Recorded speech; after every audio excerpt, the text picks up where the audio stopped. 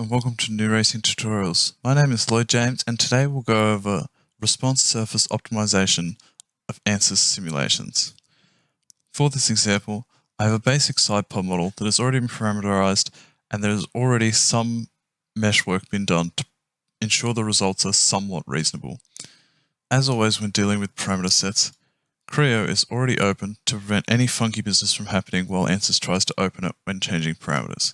To add a response surface optimization, go down to the Design Exploration tab of the toolbox, click and drag the response surface optimization to the standalone system position. The first step is to create a design of experiments. This is everything that ANSYS will take into account when it simulates the different parameters for creating the surface. Preview should be hit first to assess the parameters that it is created. It then has all of the parameters used in the inputs, and the upper and lower bounds can be changed depending on what is desired. For this example, none of these are necessarily in need of change, so we'll leave them. These parameters are then updated, and once the simulations have finished, we will return.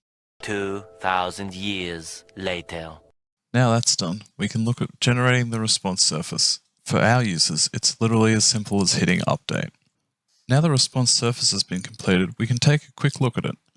This is the response surface for two of the selected inputs and a particular output. This 3D graph can provide valuable insights into complex response surface problems. However, since all of our domains are quite simple and converge together nicely, there is nothing major happening in any of these graphs.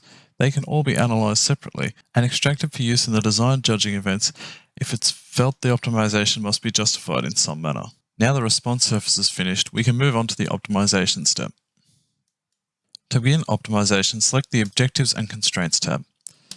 Select a parameter that you would like to maximize, minimize, or converge towards. We will select inlet height. We would like to maximize the inlet height. We will also select exit length, as we would like to minimize the exit length. The reasons for this are arbitrary in this example, however this can be applied to any desired constraint. We would also like to minimize the force in the y direction. Once we have set up our constraints, we can select Update and the optimization will run.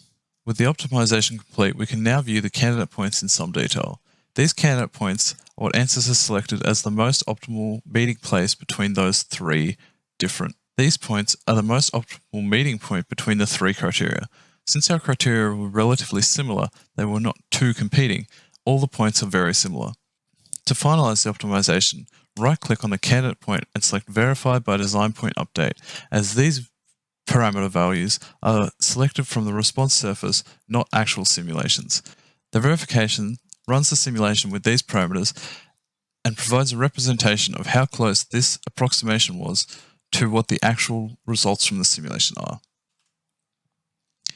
Now the candidate point has been verified, we can assess just how close the optimization's estimate was to the real values. As you can see, there's only about a 1% difference, which is a very good result. Those are all the major steps to running a response surface optimization.